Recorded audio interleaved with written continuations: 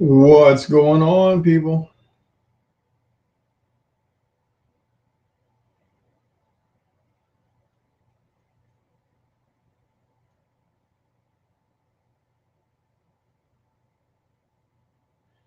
Hope you guys are having a good day.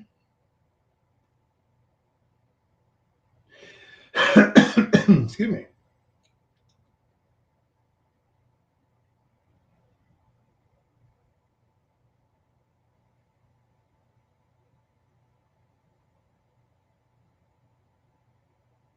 I'm just sharing out to a couple places.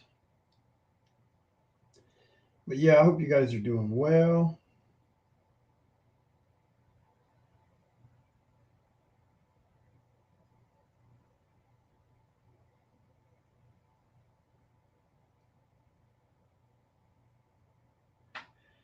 Excuse me.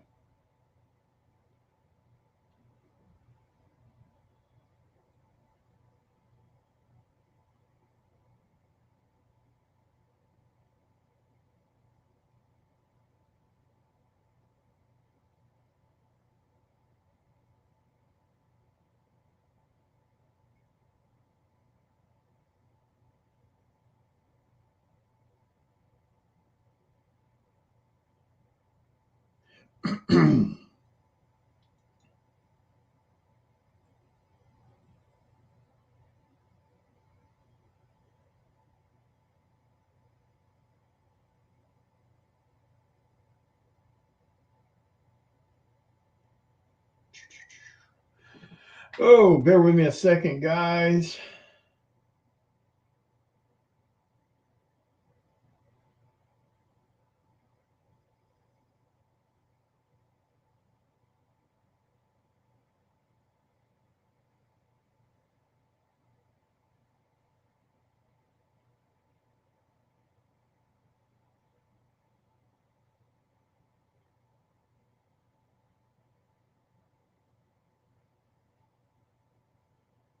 It has been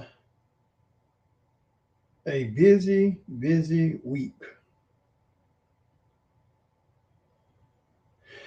already. But we got a lot done. I have got a lot done. All these books you see behind me, excuse me, are all the orders for Curse Moonlight. We got I got I went and picked up the stretch goals today and got all of that divvied up between all the backers. And so got those ready to go. All the orders are created.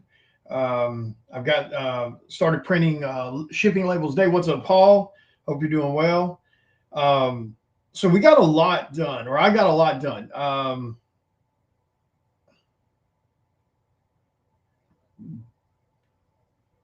Cycle Sound number 9 is doing well. Let's see, what are we officially at on Psycho Sal? Let's take a quick look. I am waiting on the print company had to reprint my Curse Moonlight blanks, and that is just because they there was a miscommunication and they accidentally printed them on glossy paper instead of the cardstock matte. But they are reprinting those this week. The Kickstarter is at 12,388 with 86 backers. So we're about 20 backers less than what we normally are. But we still have 23 days to go. And over 12K in tomorrow would make 1 week. Well, what, 5 days, right? 1 week live, 5 days live. Because we launched, I think, last Tuesday at 7 p.m. Central, I believe. So a week later, and we're doing really well. Which, to be fair, we were over, I think, 10K within the first 24 hours. What's up, Mr. Reloader? How you doing, Michael? Michael, you went back to Kickstarter, right, brother? Man, definitely. Friendly reminder, guys, make sure when you pick your tier and it takes you to the add-on section, make sure you scroll that add-on section. I've got a lot of goodies in that add-on section. Oh yeah, today is Tuesday. Yeah, so today's yeah. So in an hour it'll be oh, that was I wasn't even planning that because we went live a week ago today. So yeah, we launched a week ago today. Matter of fact, we went live for the pre-show at 6 p.m. Central. I didn't even notice that when I set the time to do Comic Chronicles tonight and talk about comics and Kickstarters. But yeah, Michael, make sure you guys pay close attention to the add-ons. Because also for any of you that might have missed Curse Moonlight, my one-shot, one-story comic about two of my daughters versus a werewolf in the Appalachian Mountains, I added Curse Moonlight, the William Russell cover A, to the add-on sections on Cycle Sound number 9. So if you missed out on that Kickstarter, because it was a quick Kickstarter, look in the add-on sections and you'll see where you can add on Curse Moonlight. So Heather or anyone else, if you missed out on that comic, look on the add-ons and add it to your order.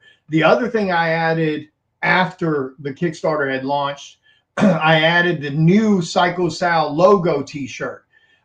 So make sure you grab one of those t-shirts because that t-shirt gets you free signatures that shows whenever you wear them to come see me. So whether you see me at a comic shop appearance, or whether you see me Comic-Con appearance, if you're wearing the Psycho Sal t-shirt, the new one with the new logo, it gets you free signatures at shows because starting 2026, I will be charging for signatures at shows on anything past the first two. The first two will be free, and then all the signatures after that, there'll be a fee.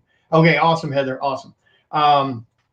But what's up, Michael? But yeah, make sure you guys do that. Make sure you add on Curse Moonlight if you missed out on that Kickstarter. Make sure you add on the new Psycho Sal t-shirt because like I said, that's a double header on that shirt. Not only are you supporting the brand and you're supporting me and Psycho Sal, but you also get free signatures at any show that you wear that t-shirt to that I'm at. So be sure to do that. But yeah, we got Curse Moonlight. I've got it ready to go. I'm waiting on, I've got 2 Werewolf Hunters kits that I'm waiting on, some extra silver bullets and one of the replica 19 or 1700 Colt revolvers that goes in it. The Werewolf Hunter kits were so much fun. But I had, we sold a total of 5 of those on the Kickstarter, and I'm missing 1 gun and some silver bullets, but I've got those ordered. They should be here this week. So I'll finish out those boxes. But like I said, the only thing I'm waiting on book wise is the blanks for Curse Moonlight, and they're reprinting those this week. They're going to ship them to me with my New York Comic-Con exclusives for Psycho Sound number 1, which I'm supposed to get either Monday or Tuesday. That's it. And for those that backed Curse Moonlight, I upgraded you guys. Originally, you were only supposed to get a 3-inch by 3-inch sticker. I upgraded you to a 3-inch by 9-inch sticker. Yes, they cost me a bit more money, but I thought a much bigger sticker would be pretty badass. So I upgraded that from 3-inch by 3-inch to 3-inch by 9-inch. For anybody out there, the 9 inches is that's a big one. So, and of course, that was the other the 4x6 mini print of my cover B. So those are in. I went and picked them up today. Pinnacle Printing did those for me, so I printed them local after that bullshit that we had dealt with the last print company that we're doing them out of state. Oh, my nose itching. What's up, Ryan? What's up, everybody? But yeah, so we're going to be talking about Kickstarters because it's this is the shit we deal with. I've already seen one person making some snide, petty comment about our Kickstarter and how the hell is that Kickstarter 12K? it's called customer service. It's called giving fans what they actually want and not just tits and ass in every book. That's what it's about. It's about giving fans a legit, and sorry for the blurredness, guys. There's so much going on behind me. The camera kind of wants to focus on other stuff too. But that's what it really comes down to. It's about going above and beyond. Just like that is an example. I didn't have to upgrade that from a 3" by 3", but I did. That damn thing is big. So I upgraded the sticker on Cursed Moonlight from a 3" by 3" to a 3" by 9. That's what it's about. That's why my Kickstarter is 12,000 plus in a week, and did 10,000 in the first 12 hours.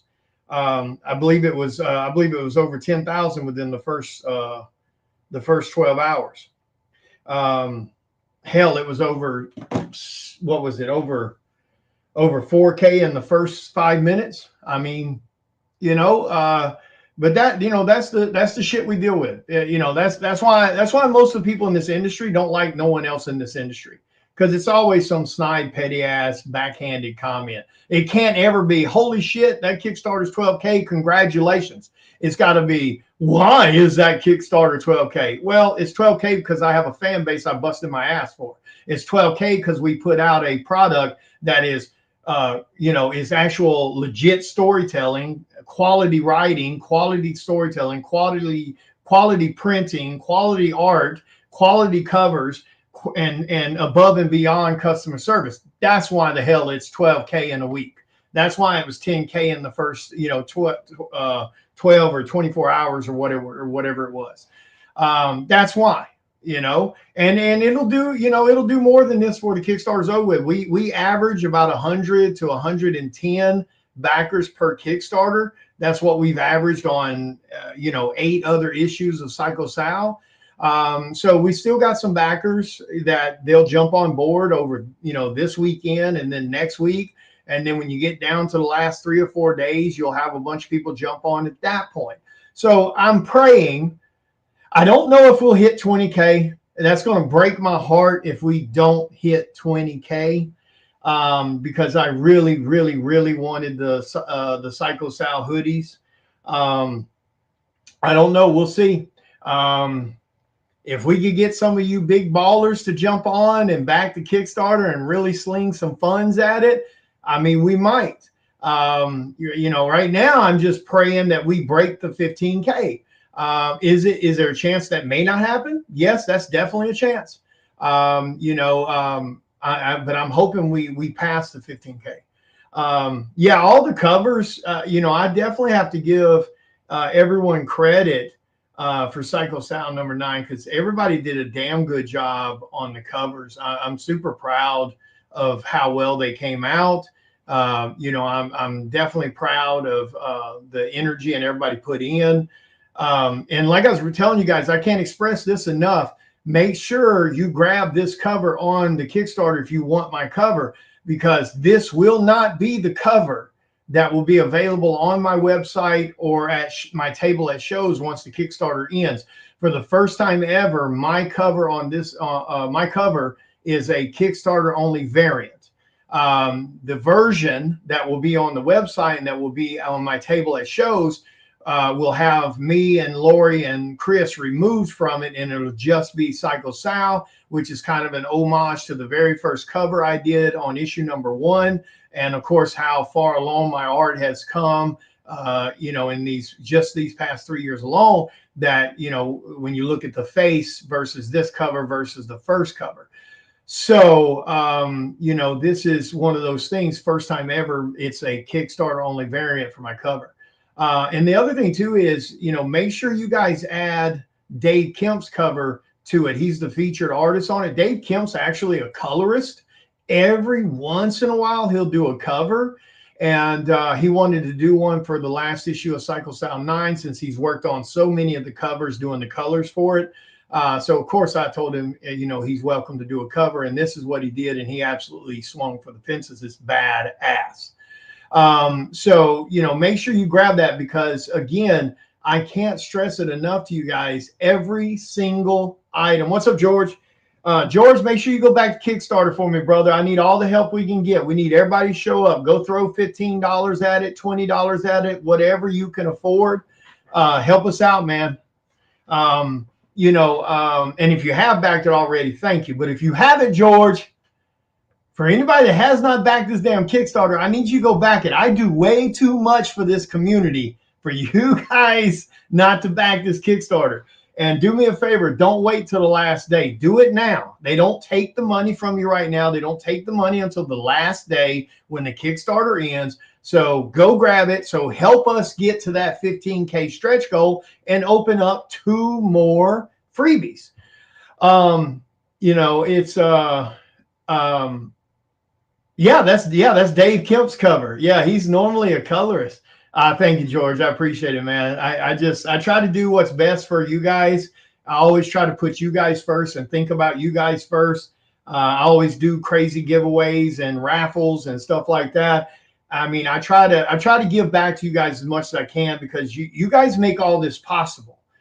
Contrary to what a lot of artists that's been around that want to have this "don't you know who I am" mentality, we don't make the industry. You guys do.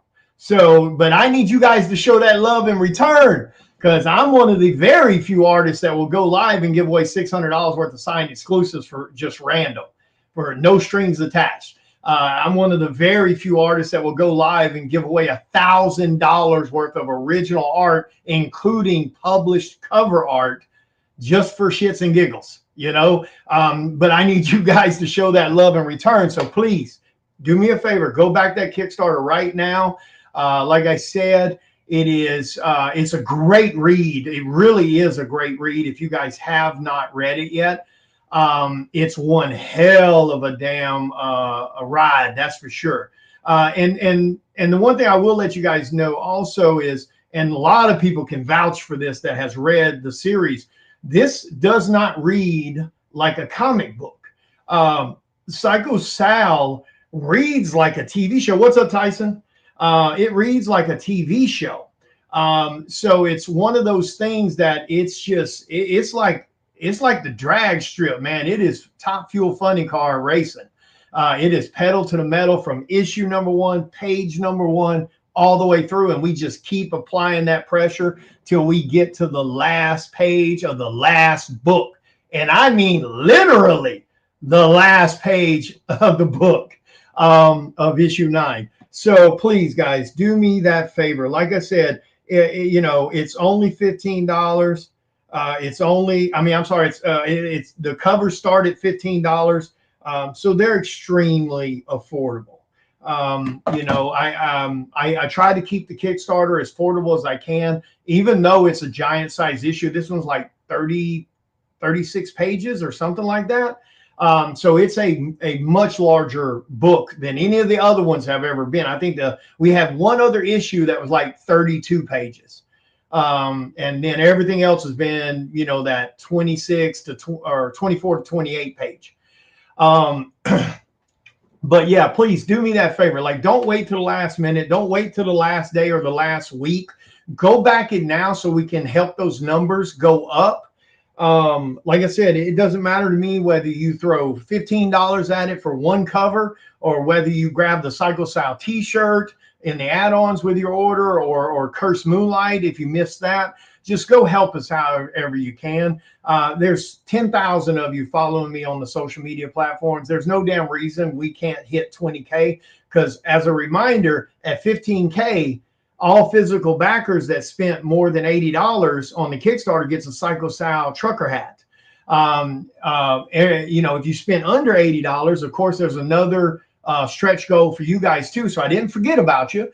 So there's a stretch goal for everybody. And then there's a mega stretch goal that's for anybody that spent $80 or more. And if we get to the damn 20K, that is Psycho Sal hoodie, along with another regular stretch goal. So, we're running the Kickstarter for 30 days. We normally do 20 on the last 2. So I bumped it back up to 30 to give you guys more time to, make sure your money's okay. But I also turned on the feature of the pay over time option that Kickstarter just started doing. And what that does is it takes your entire order and it splits it into 3 payments. They take the first payment the day the Kickstarter ends. Then 30 days later, they take your second payment. And then 30 days after that, they take your third and final payment. So there is no damn reason that people can't swing for the fences a little bit on this one. So go grab your favorite covers. Go grab your favorite tiers. Go get the cosplay tier. Go get the sketch option tier. I even have 3 pieces of original published artwork on this Kickstarter. One is the original 11 by 17 pencils to Psycho Sal #2 cover. The other one is the original 11 by 17 interior page pencils to the splash page of the first murder that you're exposed to on issue #1, The Crucified Girl. That's the original 11 by 17 pencils for that splash page art by me. And then the other one, which I think the other one sold, and it was the original inks 11 by 17 to Psycho Sal #8 cover. So I think the other 2 is still there. So go grab them. Like I said, the payment plan option, that's what it's for. It's to help you guys get these, to be able to enjoy more things on the Kickstarter without it breaking your bank. And like I said, I just put the Curse Moonlight one-shot comic on there in the add-ons. That's my other IP for those that may be unaware. That book's about 2 of my daughters versus a werewolf in the Appalachian Mountains. That's on the add-on sections. We also added the Psycho Sal t-shirt, as I mentioned earlier, that has brand new logo design on it, and that is a Kickstarter only t-shirt. It will not be available on my website or anywhere else after the fact. And that t-shirt nets you free signatures. Whenever you see I'm going to be at a show near you, wear the Psycho Sal t-shirt and your stuff gets signed for free. So like it's one of those things that I try to give back to the public as much as I can, and all you guys just got to do is show up. And return that love. Like I said, it doesn't matter to me whether you're pledging on the Kickstarter for $15 or $1,500 or $50. As long as you're helping, that's all that matters to me, and I love you and I appreciate it for you. If you got any questions about anything while we're just chatting, whether it's about the Kickstarter, whether it's about Psycho Sal or Curse Moonlight, whether it's about what's on the Kickstarter on the add-ons, if there's something you're looking for or you may have missed, feel free to ask, because again, there's way too many of you here to not be supporting the Kickstarter. You know what I'm saying? Like there's just way too many. Hang on one second. I want to make sure. 8 crazy facts from Mississippi you never knew. I want to make sure that I've never really done this. So let me, I want to make a post.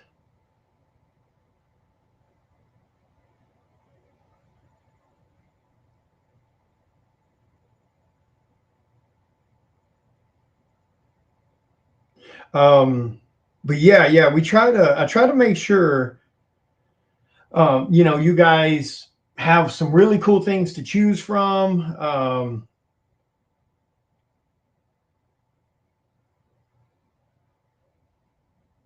right, did that post?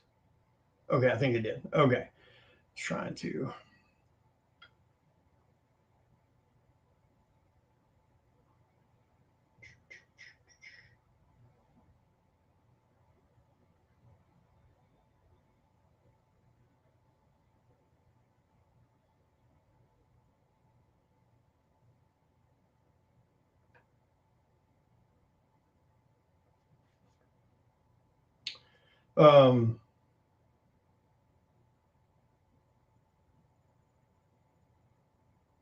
So I guess this K-pop Demon Hunter stuff is like, well, I'm telling you, I don't know about some of this stuff. Maybe it's good. I don't know. but yeah, we try to. I try to make sure that I have a lot for you guys to choose from on the Kickstarters. I understand that the majority of people out there don't take everything from the tiers and add it to the add-ons. I completely understand that, but I like making it a little easier for you guys, make it easier for you to grab multiple things. So, but it's definitely one of those things that we want people to back it, of course, but we definitely don't want anyone to we definitely don't want anybody pretending to back, you know what I mean, if that makes sense. Like we don't want anybody backing it and then on the last day canceling their orders, you know what I mean. Like we definitely don't want to deal with that. We just want people that want to be there, you know what I'm saying. So we'll see. I think for the most part, I think we're pretty good on that. I think for the most part, we have, people that want to be part of the project, that want to support it, that want to show the love for it. And that's what really matters the most, is the people that are here want to be here. You know what I mean? What's up, Cameron? We definitely want we want the Kickstarter to do well. I mean, we definitely want it to have some high numbers. But again, at the end of the day, we want the people here that want to be here,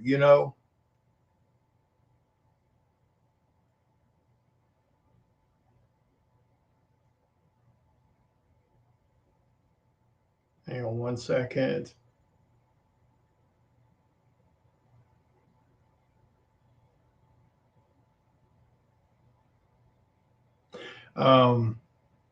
So I mean, it's like I said, definitely, and I would suggest taking advantage of the pay over time option and really grab you some goodies off this Kickstarter, because it is the last Kickstarter for the this Psycho Sal series. That's a big damn deal. But secondly, take advantage of the pay over time to grab a bunch of the goodies you really want, especially the rare stuff like the foils and the metals and the blood metals and stuff like that, because everything on this Kickstarter is Kickstarter only. None of it will be available outside the Kickstarter. And I mean, I can't stress that enough. I mean, none of it.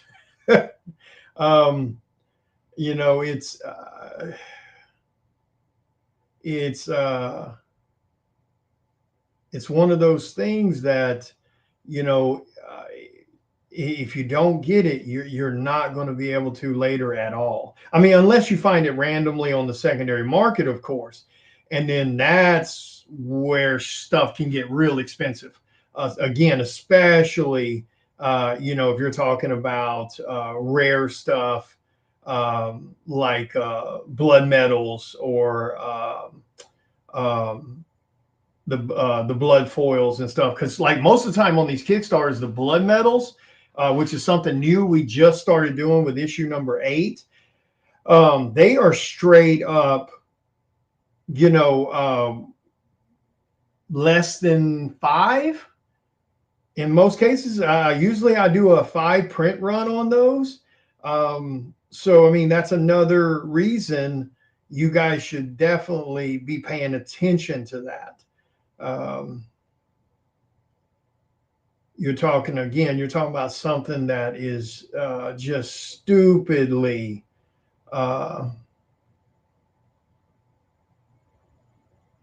rare.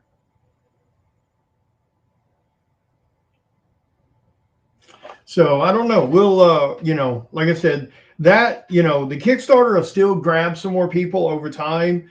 I don't know why some people do that. They wait till the last week or they wait till the last couple days and then they jump on board. Again, I'm not sure why. Um,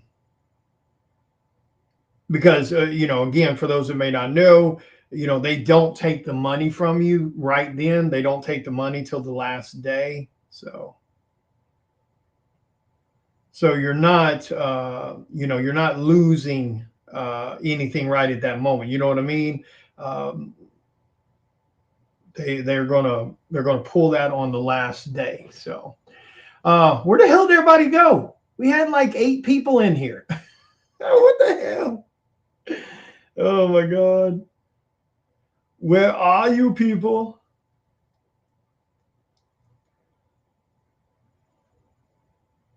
Well, there's probably some comic book stores doing their live sales tonight, I guess, also. Um,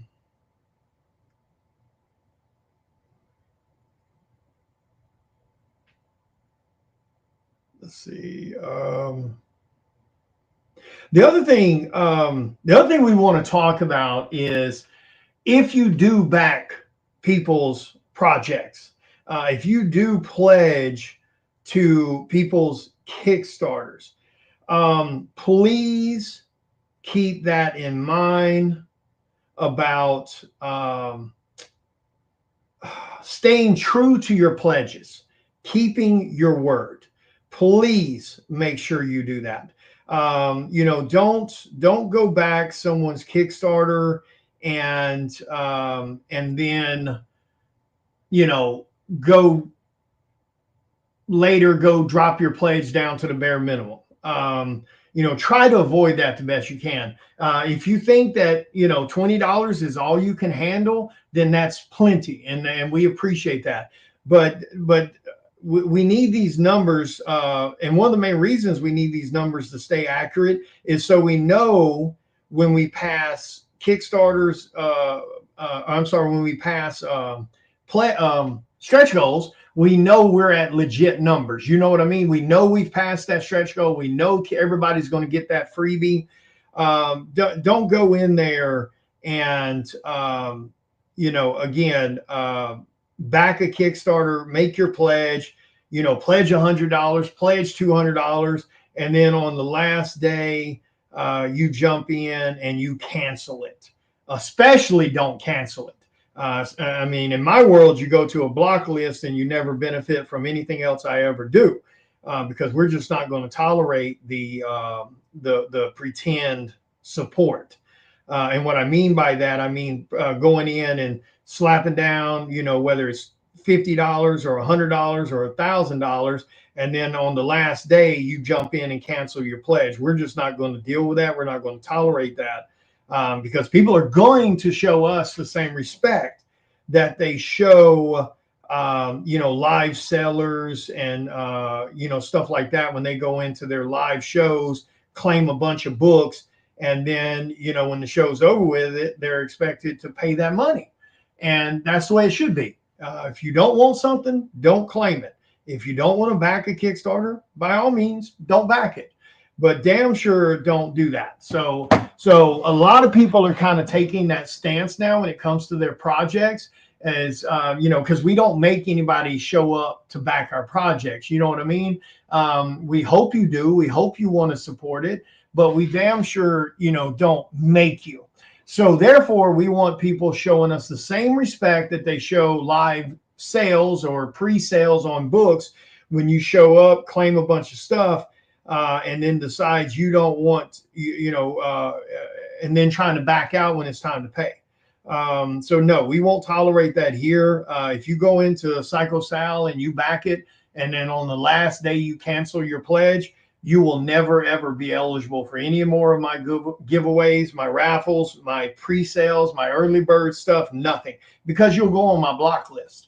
Like I said, that's what happens in the community. When people show up to live sales and they commit to buying a bunch of books, and then when it's time to pay and they don't pay, they get outed as a non-payer and they go on people's block list. Well, we apply the same rule concept to Kickstarters, because again, we don't make anybody back them. So therefore, don't do that to us. Don't show up and pretend to support us And then on the last day, when it's time to pay that money, some bullshit excuse came up and you had to cancel your pledge, and you think you're just going to get a free ride with that. Nope. You know, because I don't want anybody spending money that they can't spend. You know, I don't want to see anyone put themselves in a bind because of one of my projects or something. So if you can afford to back it, back it. If you can't, that's totally okay. But damn sure don't come on with this pretend support, and then on the last day when the money's due, you cancel your pledge. Don't do that to anybody. It's so disrespectful.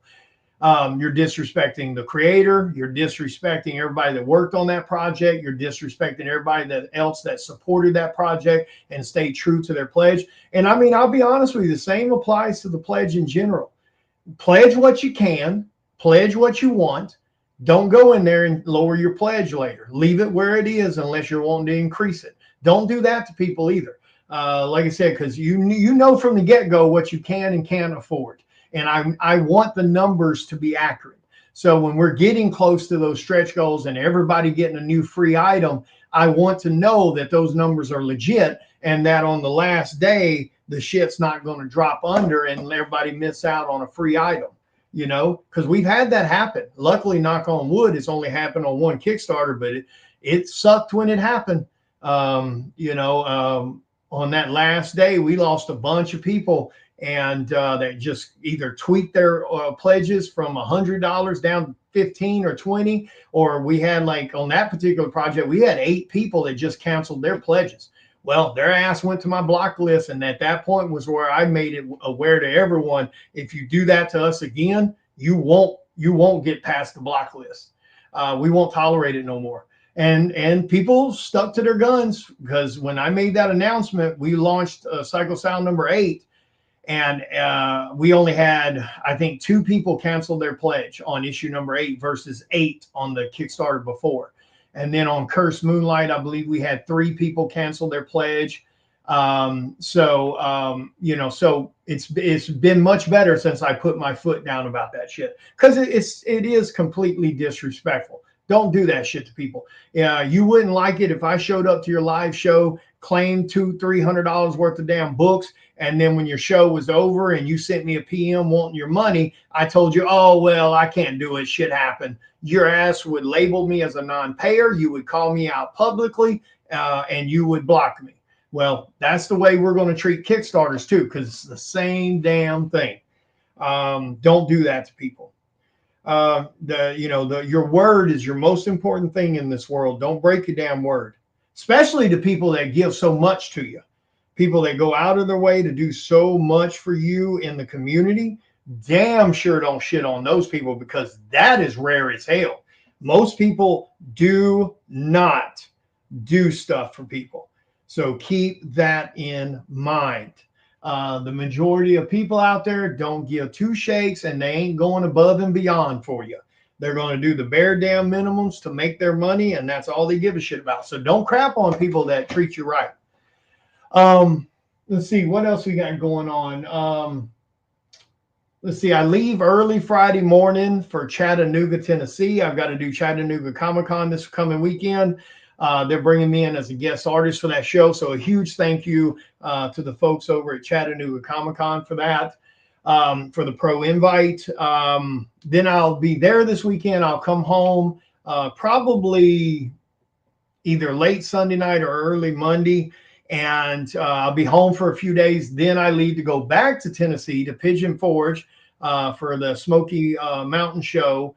And then we're going to leave straight from Pigeon Forge on Sunday or either Monday morning, headed to New York, because that following weekend I will be at New York Comic Con.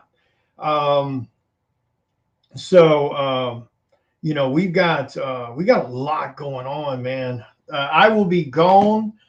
Starting this coming weekend, I will be gone for the next 6 weekends in a row, I believe. It's either 6 or 7. I think it's 6 weekends in a row. If you guys are saying anything in chat and I'm not acknowledging you, I'm not ignoring you. It means I'm not seeing your comments. So make sure you're to where I can see your comments. But yeah, we got a lot going on. The New York Comic Con exclusives for Cycle Sound number 1 are supposed to be here either Monday or Tuesday. I did a video earlier showing you guys what was left over from the Cursed Moonlight Kickstarter after I fulfilled everybody's orders. So feel free to go watch that video. And if there's something, one of the variant covers on there you might want, send me a PM. There's only 1 or 2 of each left in that video. And whatever doesn't sell is going to New York with me. And they will be gone once I hit New York. New York last year, dude, I sold out of almost every single rare exclusive I had. All the foils were gone. All the metals were gone. Anything that was rare was gone for the most part. So definitely check that out. See if there's something you missed off the Kickstarter that you really wanted. Let's see what else we got going on. Let's see.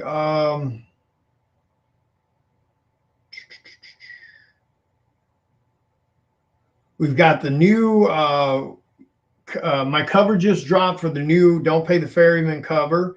So you guys saw that on the post I shared.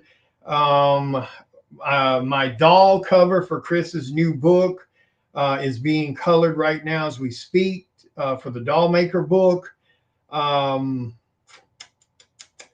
Also, make sure you guys jump over and check out Heartless Bastards Kickstarter for Sean. I just did a cover for him on that Kickstarter, and that's what the cover looks like. So make sure you jump over to Sean's Kickstarter. I linked it earlier. I made a post about it today, either yesterday or today, and but it's on my page. So go grab that link and jump over to that one. Now his Kickstarter is a little different. He's got a video I shared that explains how to do it. So his has like this one tier that's like $18, and you get to pick 2 covers because I believe it's issue number 1 and issue number 2 at the same time is why he did it that way. So the image is blank, but it says pick your favorite cover or whatever. So you click on that, and then you click on, I guess, my cover for issue number 1, and then whatever cover for issue number 2. So yeah, it's a little different. But if you have any questions, just send Sean Lewis a PM, and so he can kind of walk you through it. But it's that tier that's like pick your cover, and you're getting like $18. You're getting like issue number 1 and issue number 2, so it's a great price. And then you just pick my cover on that. What's up, Michael? Yeah, I'm super happy with that cover. Dave did such an incredible job with that cover, man. It's ridiculous. Yeah, he did such a great job on that cover's colors. And I love the artwork. I love the way I did that cover. I'm always about the creepy stuff. So anytime I get to draw creepy stuff, it's always going to be a bit more over the top, a bit more detailed, a bit more, because I go stupid on creepy stuff. You know, horror is my favorite genre. You know, so it's it's one of those things, like anytime I get to do that type of stuff, those covers are going to be over the top. Don't get me wrong. Now I show the same love to every cover I do, no matter what type of genre it is.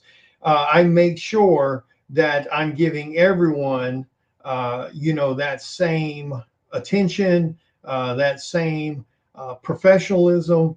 I do my damnedest, to make sure that I'm giving 110% on all of it. But it's like anything else. If you get to draw, your favorite genre style stuff, it's always going to, it's going to be a little bit, over the top, badassery compared to other random stuff you might be doing. You know what I'm saying? If that makes sense.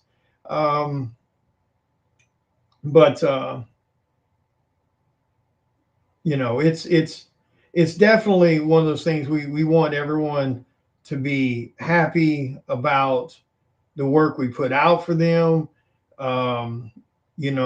So I'm always going to do my damnedest to make sure that they are super, super happy with what I'm putting out for them. But yeah, horror doing horror stuff is it's definitely going to be one of those topics that is just going to be over the board, over the craziness of detail. That's just the way it's going to be. Um, but we still want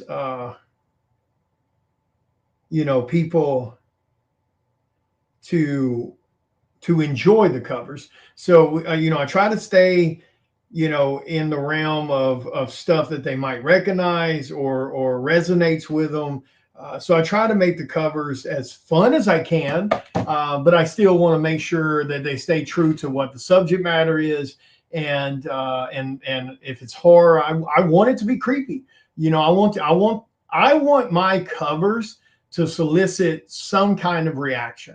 If you look at a lot of the covers I've done, I tend to, aim for stuff that is going to be memorable, that you'll remember it when you see it. Stuff like the Nut Brigade, homage to that Agent video game or whatever it was.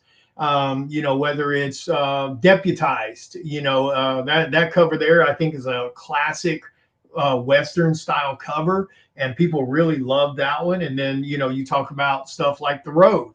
A lot of people, were blown away by that cover right there. And, or I'll tap into stuff that, has a bit more into the mythology and stuff like that of certain things, whether it's Egypt or whether it's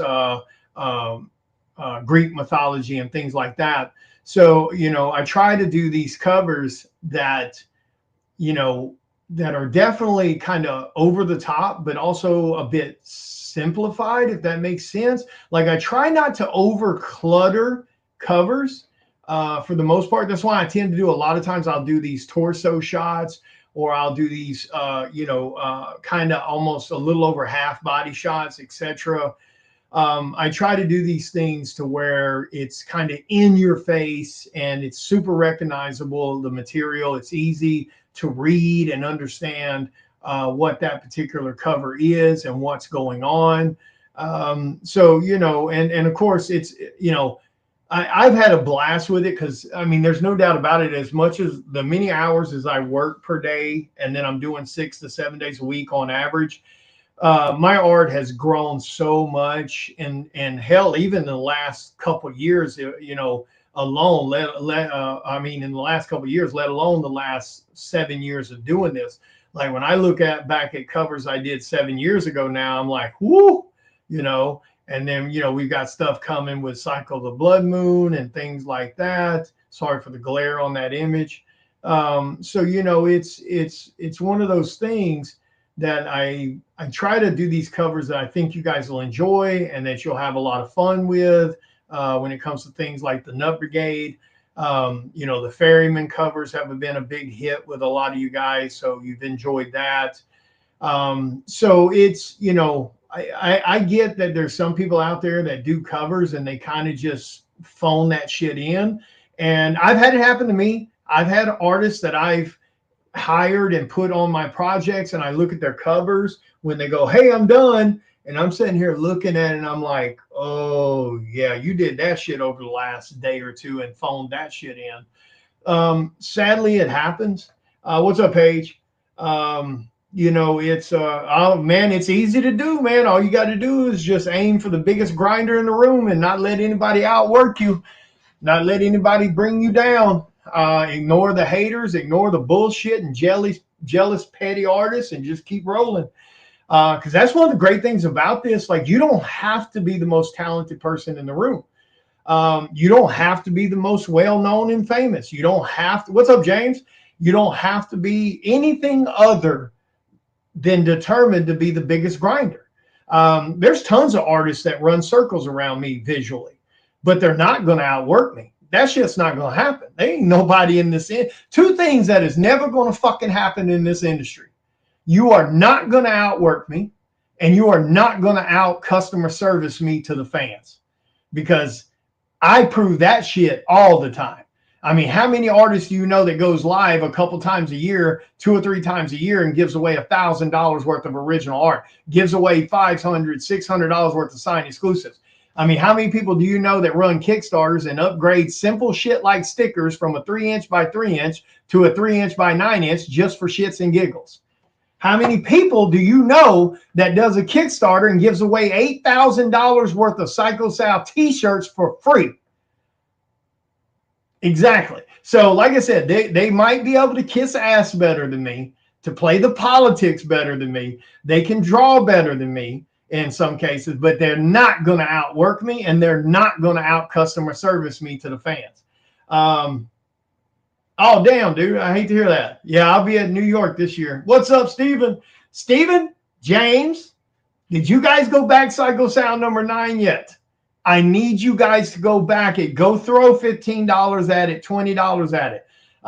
We are so damn close to the $15,000 stretch goal and unlocking 2 more stretch goals on that Kickstarter. So help us out, man. Come on. I've done so much for you guys. I've given you guys discounts on commissions. I've given you guys discounts on orders. I've given away free stuff to you guys. Do me a solid. If you have not backed Psycho Sound number 9 yet, please go back it. Because everybody's benefited from me in some way or another, whether it's on commissions or giveaways or deals or sales. So help me out. But no, we're just hanging out, and we're just talking about comics and talking about upcoming projects and show appearances, etc. But yeah, we got so much going on. I've got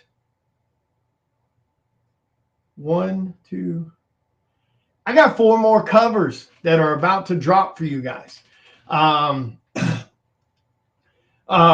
DOT number 0 that I just did for Image Comics, my artist exclusive for them. Those books should be in any day now. So I've got to get those in, get them sorted, and get them shipped out. What's up, Frederick? So I've got Department of Truth 0 for Image Comics. Street date, I think, is tomorrow. So we should have those books in any day now. So as soon as I have them in, I'll get them sorted, bagged and boarded, packaged, and shipped out to you guys that got in on the pre-sale for Department of Truth 0 that I did for Image Comics. Look at hiccups. Let's see. I've got 4 more covers that. So we just revealed the new Ferryman cover that I just did for Chris Hayes. So we just revealed that cover. We're about to reveal my cover for the doll maker for Chris Hayes. Then I've got another cover I'm about to that I'll be done with soon for Omni Servo number 2. Then there's 2 other covers that are going on right now. Floaters, that's at Colors right now. And here's my cover idea for Department of Truth 0 that drops. Street date, I think, is tomorrow. What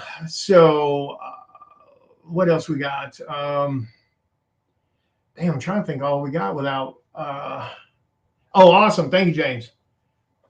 Thank you. Make sure you guys grab a t-shirt. Like I told you earlier, I added the Psycho Sal t-shirt to the add-ons.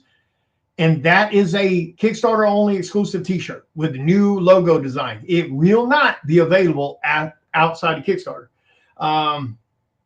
Awesome. Frederick, you guys go back my damn Kickstarter. Go throw $15 at it and grab your favorite cover. I need everybody to show up on this one. This is the last issue. We need to go big. We want to do, I just saw George back. George, if you're still here, I just saw you back to Kickstarter, man. Thank you. Jerry, I saw you just back to Kickstarter. If you're in here, thank you.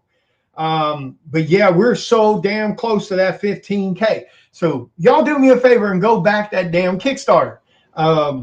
We are so close, so damn close. Because like I said, I can't stress this enough. I know I've mentioned it before, but every single item on that Kickstarter is a Kickstarter only item. It will not be available outside that Kickstarter. So again, I cannot stress that enough. Okay. You will not be able to get any of that merch on my website later or on my table at shows. Like I told you guys, even this particular cover will not be the exact same color cover that I will carry at shows and stuff like that after the fact. The variant that will be on my website and that I will carry at my table at shows will just be Psycho Sal. Myself, Lori, and Chris, the comic versions of us at the bottom will be removed from that image because that is a Kickstarter only exclusive. First time I've actually ever done that. But yeah, do me a favor, guys. Go back to Kickstarter. Yeah, come on. You know, skip your Starbucks for one day and you can get a book off the Kickstarter. You know, come on. But yeah, Curse Moonlight is ready to go. I've started printing the labels today. I'll finish that up tomorrow. If you got any questions, feel free to ask. If you got any questions about the industry, ask. If you got any questions about creating comics, ask. That's what we're here for. I'm here to answer any questions you might have. I'm not sure where Chris and Lori is. They're tied up with some other stuff tonight, so you just got me. But yeah, if you got any questions about any aspect of this industry, feel free to ask. I'm not one of those artists, you know, or creators that don't want to tell you how to you know, handle shit. You know, that oh, I can't be sharing all the information. They just got to figure it out on their own. Like I've heard people say that. It's got to be the dumbest shit. But you also have artists that will do videos and won't show the tools they use because they don't want nobody knowing what tools they use. I mean, this industry is so dumb sometimes.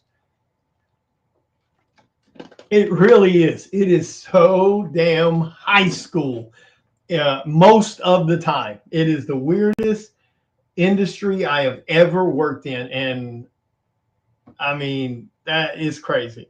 But yeah, I figured I would just chat with you guys a little bit tonight.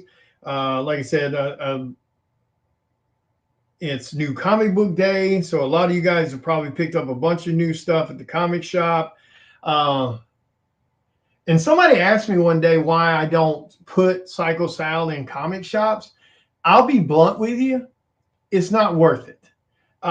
Because strangely enough, most of the people that are still going to comic shops, they're going straight there for Marvel, DC, Image Comics, and that's about it. Like they're not really, you know, for some odd reason, they're not really surfing the indie shelf. You know what I mean?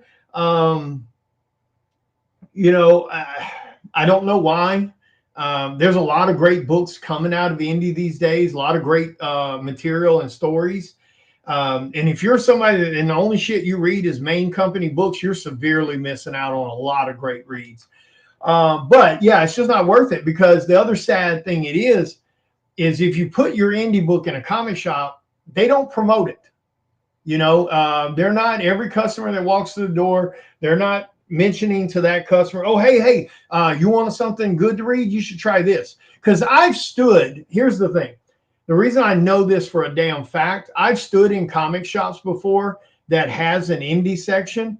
And I mean, actual indie section, not Image Comics, not Dynamite. I don't mean company indie. I mean legit indie. And I've watched someone ask someone behind that counter, you know, I'm looking for something new to read. Do you have anything you could suggest? They immediately stroll their ass to the Marvel wall, the DC wall. Oh, you should try this Batman book or this X-Men book. You should try. They don't even mention the indie wall. And I'm going to tell you right now, this might ruffle some feathers or bend some asses. Our shit's better than Marvel and DC. Sorry, boo-boo. I'm sorry. I've been a long life comic fan. I've read all the greats. I've read all the in-betweens, and I've read all the shit. And I'm sorry, our books are better than what's being produced out of Marvel and DC over the last 10 years. Damn sure over the last 4 or 5. So that's why I don't put Psycho Sal in a comic shop, because they're not going to mention it. They don't. I've watched it. I've stood in a store and watched it happen, where when somebody asked for a suggestion, they immediately took them to the Marvel wall or the DC wall.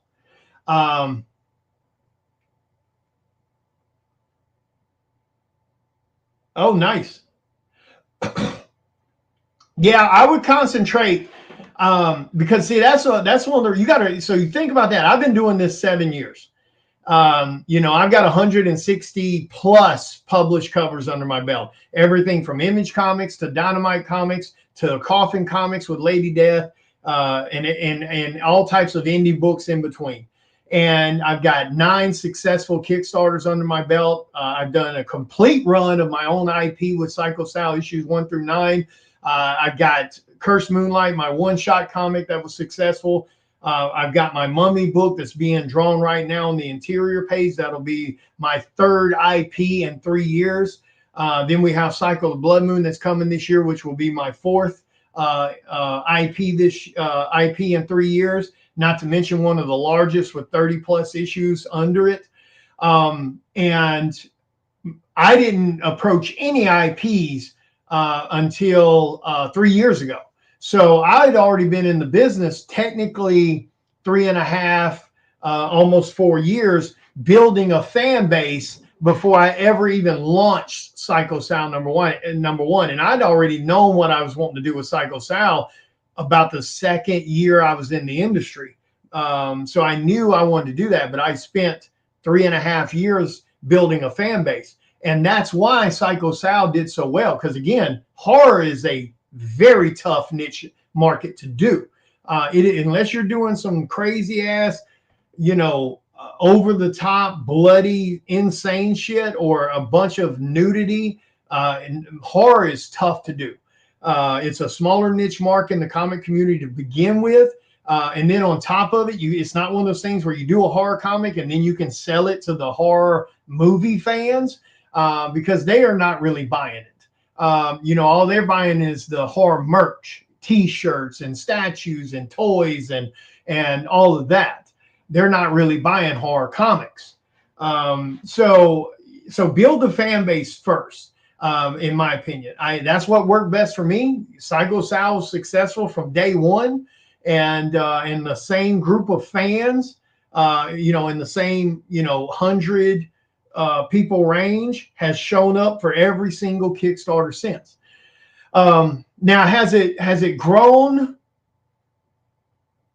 in general? Oh, hell yes. Psycho Sal in general has grown tremendously. Now, on the Kickstarter, we average about the same 100 people from the first Kickstarter to the last Kickstarter, with a sprinkle. What's up, Kevin? With a sprinkle of new people here and there. But the majority of the people has been the same people from day one, which is a good thing to have happen. That means the book has return fandom. It has readability past the first issue, because it's easy to sell a first issue, to a degree. It's selling issue number 2, and especially issue number 3 on. That's the tough part. And like I said, when I go back and look at the numbers and I look at the names on the Kickstarters, about 100 on average per Kickstarter is the same people from day one. Like I said, with sprinkles of new people here and there as it's grown. Now, do I wish the Kickstarter was bigger than it is? I mean, I do. When I have 10,000 people, on my social media friends list across Instagram and Facebook and the Facebook groups, we've got around 10,000 people that supposedly here as fans of mine, which, let's be honest, we know that's not the case. The majority are comic sellers that send me friend invites because they want other people to see me on their friends list and think they're safe, which they probably are, but that's why they do it. They're not there to buy shit from me. Let's be honest. They're not there to buy shit from any of the artists that they befriend. What's up, Mr. Jim? And the same thing goes with other artists. Other artists, let's be honest and blunt, they're not here to support me. They're not here to share my content. They're not here to support my content. They're here just to collect names on a friend counter to look more special. Let's be blunt about that. I can count on one hand the amount of artists that have shared and supported my actual Kickstarter.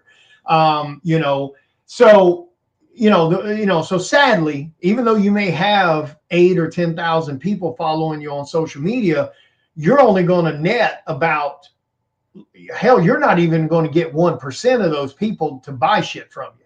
Let's be honest. It's a crazy way that industry works. A lot of it is the algorithm. They may not see shit you have going on. You know what I mean? So some of it's the algorithm. Some of it's people that don't give a shit about you. Some of it's people that can't stand you, but they're on your friends list because they want to keep up with everything you're doing, so they can hopefully get an "I got you" moment or a "watch you fail" moment, and they can laugh their ass off. Awesome. So you've got that too. Like, I mean, there's legit people I know that's on my friends list that are straight up haters, that I've seen them running their mouth about me behind closed doors, but they're on my friends list. Like I said, so you've got that. So you've got the algorithm fighting you. You got everybody else's posts fighting you. You have people that are on your friends list that can't stand you, but they're there. You have people on your friends list that they have no intention of ever supporting you or buying shit from you. They just want to collect your name on their friends list so they look important to other people. Oh, look who I'm friends with. You know, that type of mentality. But then you're going to have, roughly, those few hundred or so, hell, probably more than that. Like, if I really sat down all the people that get commissions, all the people that buy my other exclusives that I do for other projects, from Image Comics to Dynamite to Coffin Comics to other indie projects and so on, I've probably got a few thousand people that buy from me consistently, or buy product I produce consistently. And but strangely, again, for Kickstarter, you're only going to average about 100 people per Kickstarter if you're lucky, unless you're doing fetish porn or you're doing constant tits and ass. There's a reason a lot of people do tits and ass covers. They sell like hotcakes. That's the easiest denominator you could possibly do. Your book could be complete trash. As long as it's got people screwing in it, people will buy it. But if you're putting out legit stories that are purely based off the story and the art and the talent, you're going to have a smaller base on Kickstarter. It just works that way. But outside Kickstarter, now that's where your IP could be doing stupidly well. But for some reason, you can have all those people, like Psycho Sound #1 cover A, that's been out for 3 years. It's already past 8,000 printed and sold. That's huge in the indie market in general, for anything that's non-sexual. That's big. You add up all the Comic-Con exclusives for #1, the comic shop exclusives for #1, you're roughly around 9,000 printed and sold. So outside the Kickstarter, it does extremely well. I mean, I guarantee you, every damn show I go to, I sell about anywhere between 30 to 50 copies of Psycho Sound #1 alone. I probably sell about 20 bundles of Psycho Sound 1 through whatever current issue I have at that time per show. So like every damn time I do a show, when I come back home, I have to put in an order for another 50 to 100 copies of Psycho Sound #1. So outside Kickstarter, it does stupidly well. I mean, I've had some shows I've sold 80 copies of Psycho Sound #1 in 2 days.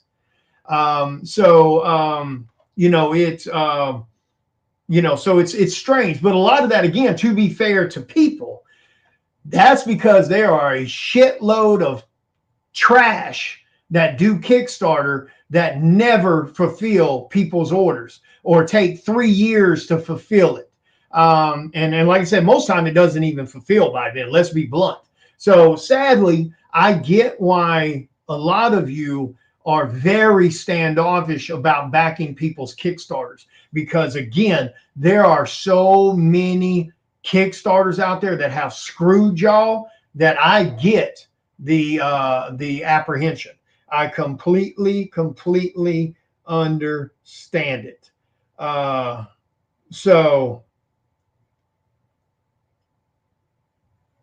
so again, you know, that's one of those things. You know, it's hard.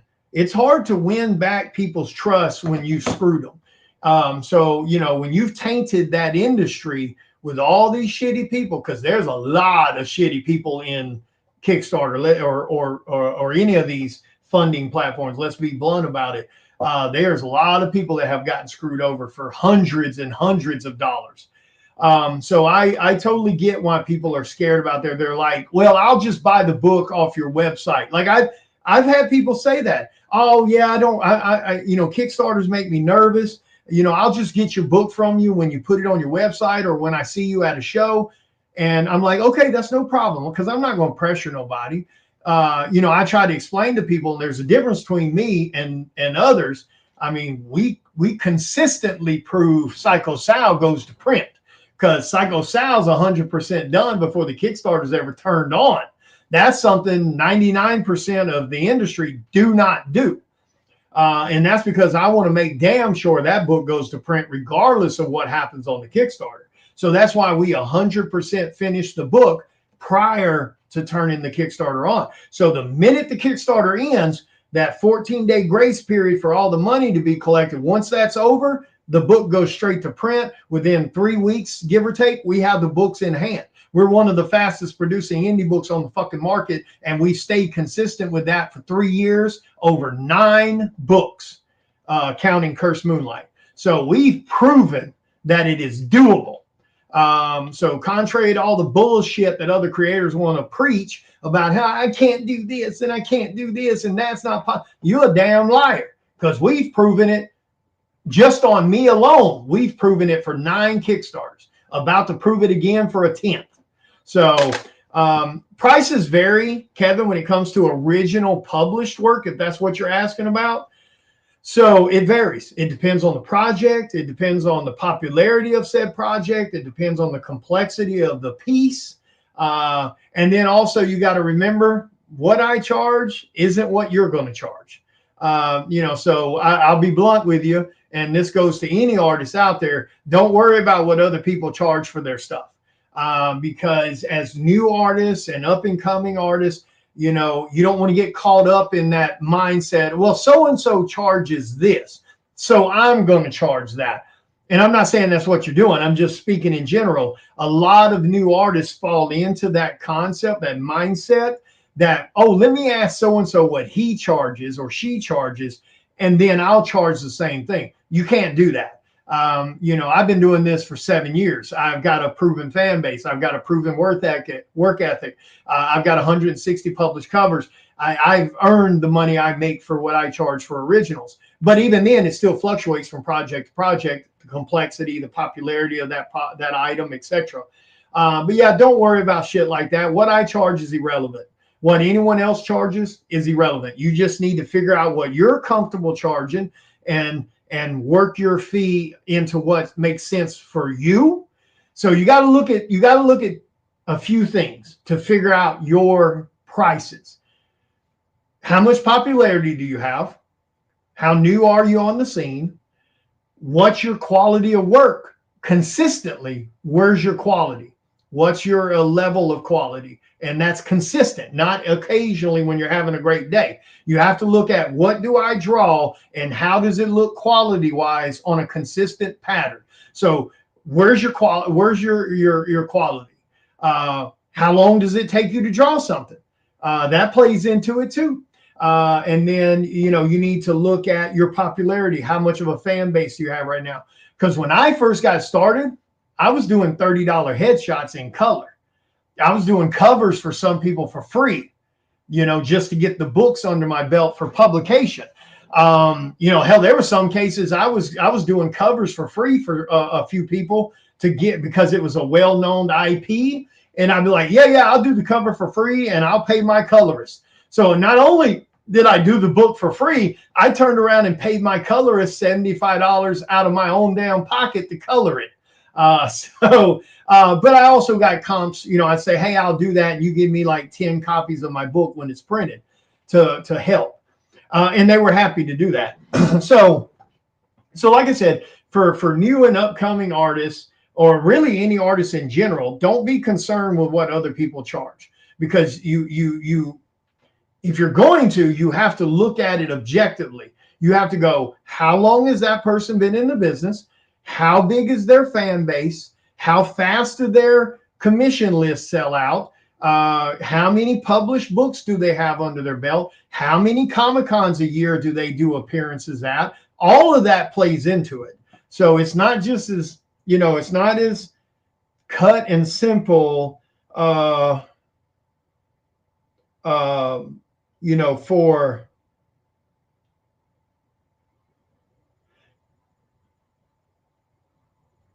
um, it's just not. It's figuring out prices is the toughest thing. It really is, because um, you have to price yourself in that right spot, that every time you open your commission list, it sells out. That's where you got to be. That could be $30 range. That could be $20 range. That could be $50 range. That's the thing. That's what you have to look at. If you let's say an artist opens their commission list and they're brand new, they've been around a few years, they maybe have one or two published books under their name. They've got a few people following them on social media, and let's say they maybe even do a couple shows a year for Comic Cons. And they open a commission list, and let's say they got 20 spots on that commission list, but they've got it listed as, oh, my headshots are $150 a piece in color. Nobody's gonna buy that. Let's be blunt. You might get one person to bite at that, but the reason I say that is because now you turn around and you look at another artist who is years in, who has tons of published books, who does tons of Comic-Con appearances, who has a pretty big following. And when they open their commission list, at 50 spots, and they're doing headshots for, $150 to $200 in full color, on top of half bodies and full bodies, but we'll just concentrate on that one first, the headshots in color. But let's say they're doing 50 spots and they got $150 to $200 headshots in color, and they sell out within a week or so. Yours is not going to do that. It's not the same thing. So sadly, we see a lot of artists do that. They show up on day one and they think they're $150 headshot artists, and then they get upset, they get mad because nobody's buying commission. Well, why would they? Let's be blunt and honest about it. Why would someone buy a commission from someone that is not established? You don't know anything about them. You don't know whether you can trust them with your money, and their quality of work is still relatively new looking. And why would they pay you if they can go over here and pay so-and-so that's a proven vet that does quality, above quality work? So like I said, it all fluctuates from item to item, project to project.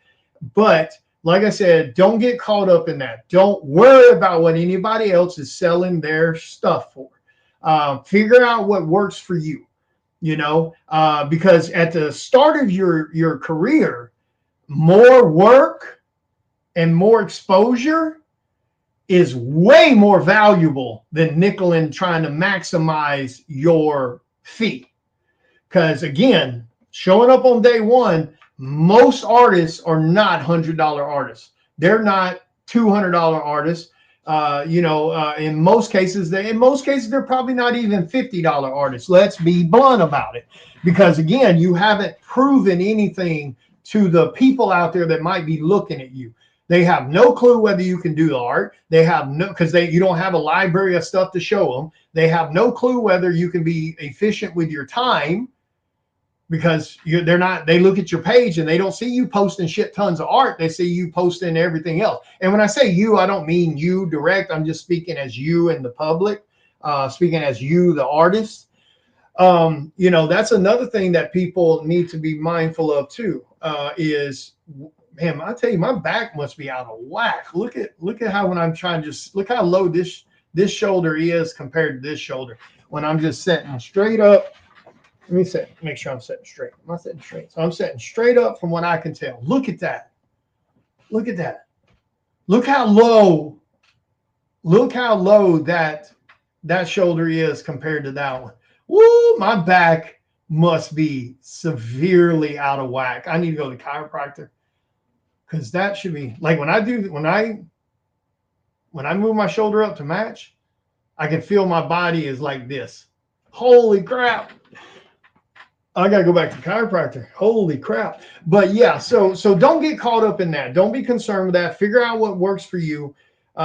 You know, if you need to do $30 headshots in color, and that's another thing too. New artists, stop trying to do half bodies. Stop trying to do full bodies with these backgrounds and all this other shit. Concentrate on drawing headshots in color. Side shots, forward shots, quarter shots, whatever you do. Get comfortable just drawing.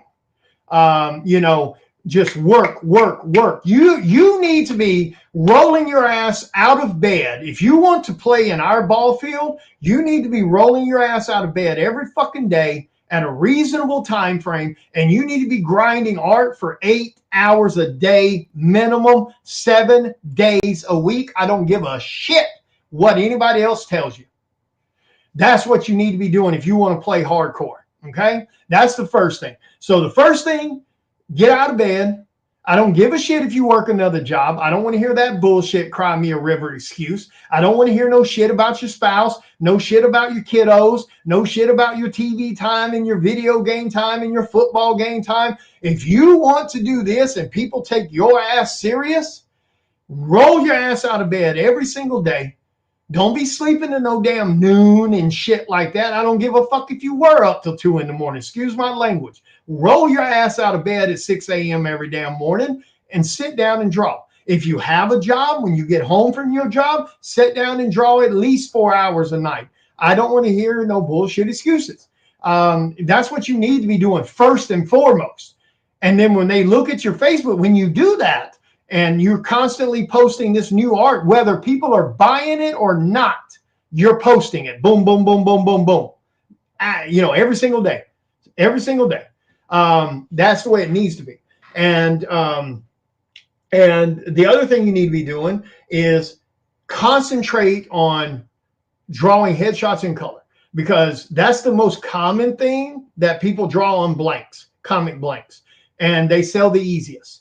You know, because they're usually, the headshots are the cheapest format compared to half bodies and full bodies. Concentrate on headshots, draw. What's up, Jill? I appreciate it, man. Thank you. So first and foremost, roll your ass out of bed and grind art every single day, 7 days a week, at least 4 hours a day, 8 hours a day if you don't have a job. That's number one. Second, concentrate on headshots in color, side shots, and do side shots. And so side shots and straight forwards. That's the easiest. Do those. Post them every single time you finish one. Post. All right. That will get you, those two things alone will put you ahead of most of the artists out there, because most of the damn new artists, they don't draw unless somebody's ordered something. And that's a terrible damn way to operate a business. You should always be creating and producing, whether someone's buying something or not. I mean, that's what you have to do. But that will get you seen, because the more you post, the more the algorithm will kind of feed to you a little. Share it to the comic groups, share it to the art groups, share it to your own page or your own group. You need to be doing that every single day. I mean, I'm sorry, you should be doing 3 hours of damn social media a day. I do 4 hours of social media a day, from promoting content, sharing sharing new content, promoting existing content that's going, advertising for shows and events I'm going to, answering every single comment and question on every single post that I have, answering every single PM, every single email, every single day. Not a day skipped. That's 4 hours a day on top of drawing 10 hours a day. So if you want to play with the big dogs, get off your ass and do the work, because there are no shortcuts. There are no easy routes. Either do that or you get really good at kissing ass. And then that might get you a few places. But yeah, that's the most important thing. Don't worry about what other artists charge. Don't worry about what other artists are doing. Don't worry about what other artists' work they're getting, because it will pull you down. If you concentrate on what other people are getting handed to them, not handed, but what other people are getting, it can bring you down. You have to ignore that. You can't be concerned with what other people charge, because that could hinder you a little bit. Oh, damn, he's over there making $300 a damn commission. I mean, I charge $200 for a headshot in color, but I've spent 7 years earning that. I've done the work. I've done the promoting. I've done the customer service. I've earned it. You can't show it. And I see it all the time. And the reason I say that is because I see these artists that sit here and post and they got their shit priced too high. They're not selling. And then they end up making that age-old post that every fucking artist makes. Well, I guess nobody likes my artwork. Nobody's buying a damn thing. No, it's because you're trying to charge $100 for something that should be $30. That's your damn problem. So I've seen it happen. I don't know how many times I've had people tell me they want to do a cover for Psycho Sal or whatever. And then I go, okay, I'll look at their work and it's so-so. And I go, well, what other published work do you have? Oh, this will be my first one, man. I'm super excited to get something done. And I really like your project. And then I go, well, okay, well, how much are you needing to do a cover? Oh, I need at least 300. Like, what the fuck? No, you don't. You have zero fan base. Your artwork's so-so, and you have zero published work prior to you, or you have one book. And all of a sudden, you're a $300, $400, $500 artist. No, you're not. You're still a $50 artist, or doing it for free for comps. That's what you are. And you need to eat some humble fucking pie and realize that. Like I said, having work under your belt is way more important when you first start out. When I first got started, I did several projects, covers for free, or super discounted. Hey, give me $100, I'll do a cover for you. And then I turn around and pay $75 of that 100 to my colorist to color it. So I made $25 off that work. But when I first got started, yeah, I did a few for free. I was doing commissions for $30 and $40. Now the other thing that sets me apart a little bit, I spent a year grinding art for 4 to 6 hours a day, 7 days a week before I ever put myself on social media. So I had already raised the bar a little bit on my quality of work, because I just spent a year grinding that shit for, like I said, 4 to 6 hours a day, 7 days a week while I worked my other job. And so so we see that happen a lot too, where artists jump out on day one, hasn't grinded a damn thing. The last time they drew something was once 6 months ago. Now all of a sudden they want to be an artist, but they haven't grinded any damn thing to get their quality up. So when you look at their artwork, it's low quality. And I'm not bashing anyone. I'm just saying you got to do the work. You can't expect people to pay their hard-earned, honest-ass money to you to buy something that looks like their 8-year-old nephew drew. And I'm not saying that to be mean. I'm just saying you can't expect people to spend $100 on something that looks like it's $30. That's insane. You can't do that.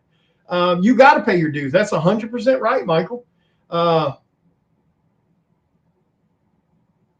Yeah, that's something else too. Yes, that's very true, Jim. A lot of artists need to learn that shit too.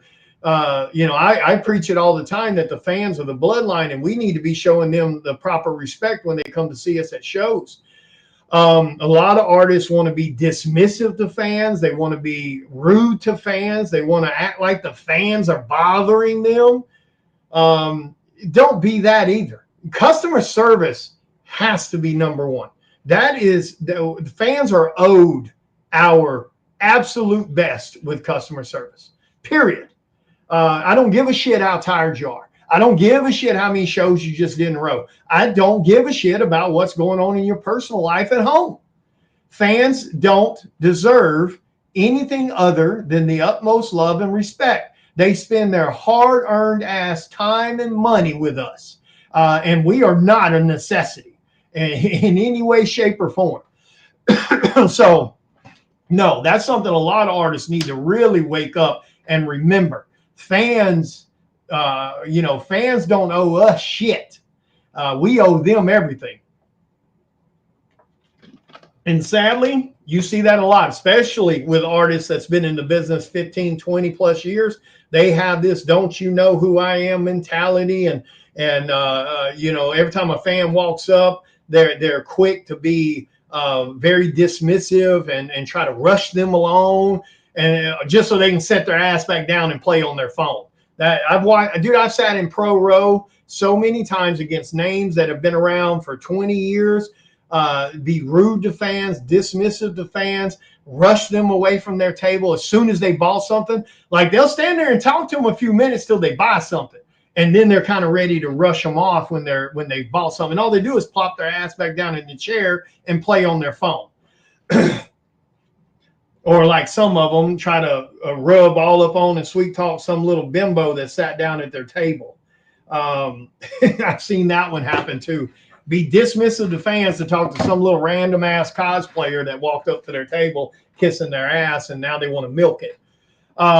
So that's the most important thing. Make sure you're doing the work.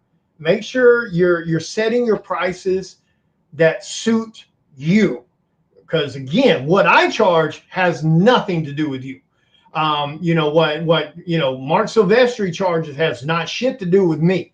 These guys have been around for 30 years. I can't sit back and go, oh, I've been here 7 years and I got solid quality work. I should be getting $700 for a commission like they are. No, I shouldn't.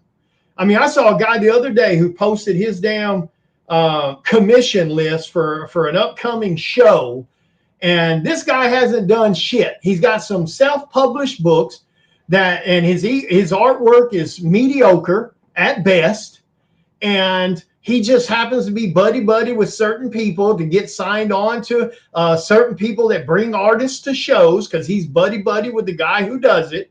And so he wormed his way into it. And I saw him making a post talking about he had one of his full body commission was like $800. Like, but you drawing at $50 talent. What the fuck you talking about $800? I mean, I run circles around that dude. And now don't get me wrong. Now, could I bump my prices to $350 headshots, $500 half bodies and $700, $800 full bodies? I absolutely could. My commission list sells out every time I open it, and I open it twice a year with 50 spots. Every time I do a sale event, those spots are gone. Every time I do regular commission lists, it's gone. Every time I pre-commission list for an event, it's gone. So yes, I could 100% do it, but I don't want to because I don't need to. I stay extremely affordable for the fans, and I get more work that way too. So it's a win-win. But could I move to those rates? Absolutely. Could I be charging $800 to do covers for people? Absolutely. But it's about more work. It's about staying as affordable as I can while continuing to increase my stuff as time goes. It's not about trying to go to max level right out the gate. And like I said, I saw this guy's post and I was like, you got to be shitting me. Your artwork is mediocre as shit because you don't draw, and all of a sudden now you want to pretend to be an artist. And because you buddy with the right people to get to sit down in pro row with other pros who have earned the right to be at that row, you just happen to be best friends and buddy with a certain person, and you've ass-licked your way into it, piggybacking off that friendship, and now you think you're a $700 or $800 damn artist? No, your shit still looks like a 10-year-old drew it. And he's not going to get it. Now he'll get the headshot shit for maybe $100, but that $700, $800 fee that he had on his little list, he's not going to get that shit. I mean, I'm sorry, he ain't done shit. He's not a Marvel artist. He's not a DC artist. He's not even an Image Comics artist. He's not a Dynamite. He's not an anybody. The only shit he's ever drawn is on his own IP. And like I said, the only reason he's sitting in pro rows because he's buddy with the fucking guy that runs it, runs that group of people, manages that group of people. That's it. But you want to try to con fans into thinking you're supposed to be getting $700-800 for something? No, don't do that shit. If you've earned it, get it. But if you haven't earned it, don't con people. That's a con to me, because your shit isn't worth $700 or $800. And I'm not saying that as somebody that knows how everything's valued. Art is subjective, but when you sit next to a pro who's been in the business 30 years, who is making $800 for a sketch, and you haven't done shit but kiss the right butt to be sitting next to that person, and you trying to convince people that may not know who you are that you are the same as this guy, and because sometimes people will buy commissions from artists not because they know the artist. I've had people buy commissions from me because that was the first time they met me, but I'm sitting in pro row next to, Ebass or any of these other big names on pro row that's been around for 30 years. Because some people will just collect art to collect art. And, if you're sitting in pro row, there is supposed to be a level of you've earned it. You know what I'm saying? That's the point of pro row compared to Artist Alley. Artist Alley, anybody can get into Artist Alley as long as you buy a table before they sell out. Pro row means you are a pro invite to that con based off of your work, what you've produced. Now, like I said, now you got a couple people who got buddy with someone who manages a group of artists and brings them into an event, takes a portion of their money from all the sales they do because they brought them in.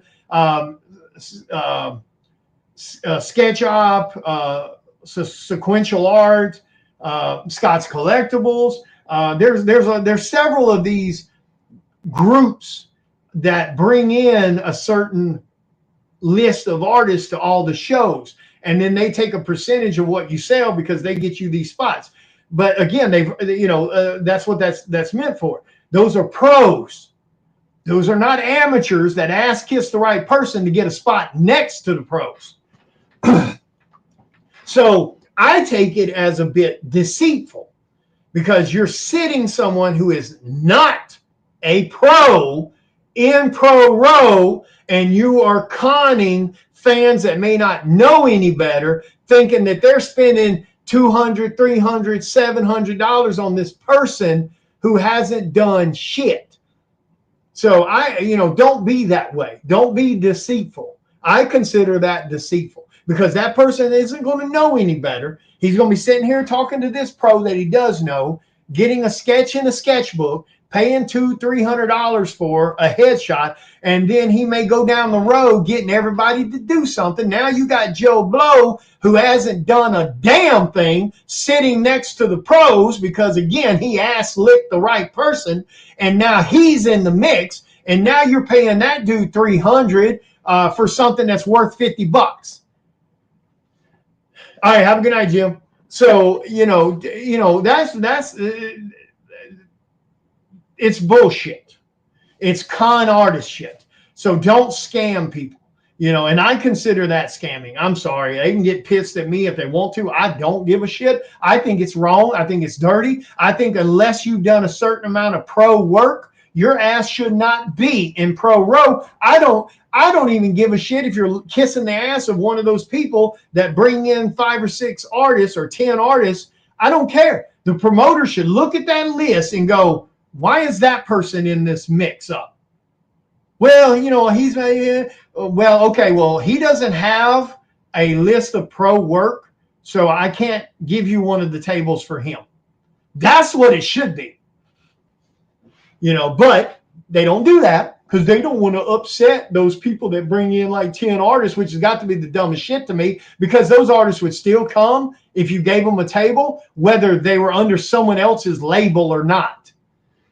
So it's an idiotic procedure to begin with. If I was a promoter, I'd look and go, dude, I'm sorry, I can't give you one of my pro tables for somebody that hasn't done shit. I can't. I have pros that I need to put behind these tables. That's the way it should be. But like I said, too many people scared to rock the boat. So that's the most important thing. Be genuine, be honest, be fair. You don't got to nickel and dime everybody 24/7. You don't have to max value everything you do constantly. It's okay to do discounts sometimes. It's okay to do sales. It's okay to give away random stuff sometimes with no strings attached.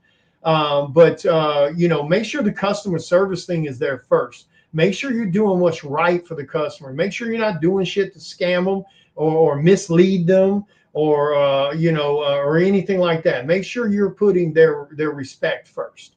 And that'll create the fan base, and they'll show up, they'll show you love, and they'll show you returned love. But like I said, there's too many people that try to pull scammy shit in this industry, sadly, and just make sure you don't get caught up in that stupidity. Like I said, I understand the industry's cutthroat. I understand a lot of people view it as there's not enough money to go around for everybody, so that's why they think they can do this shortcut, dirty shit. But that's a complete damn lie. There's enough money to go around. You just got to be willing to do the damn work. But yeah, so keep that in mind. Like I said, just don't worry about what other people are charging. As far as like basing it off what you should charge, don't worry about what other work other people are getting. Don't let that affect you. Just concentrate on you, concentrate on your work, concentrate on the grind, concentrate on the customer service. Like I said, you're going to see people that get shit handed to them that don't deserve it, that didn't earn it. You're going to see people get favors and shit because they kissed the right ass and hasn't done the work. That's going to happen. Just try your best to ignore it. Try your best to just concentrate on you, and just putting out as much work as you can as fast as you can. That is what gets you seen. That is what gets you cover work and commissions and so on and so on.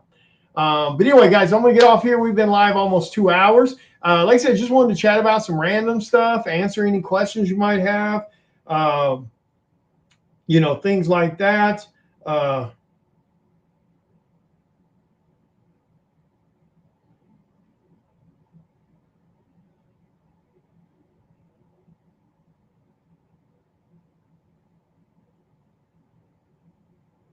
But yeah, you guys go have a good night. Again, don't forget this coming weekend, I will be at Chattanooga Comic Con in Chattanooga, Tennessee. That is this coming Saturday and Sunday. So be there if you're able to. Also, like I said, please do me a damn favor, guys. Go back Psycho Sound #9 if you haven't.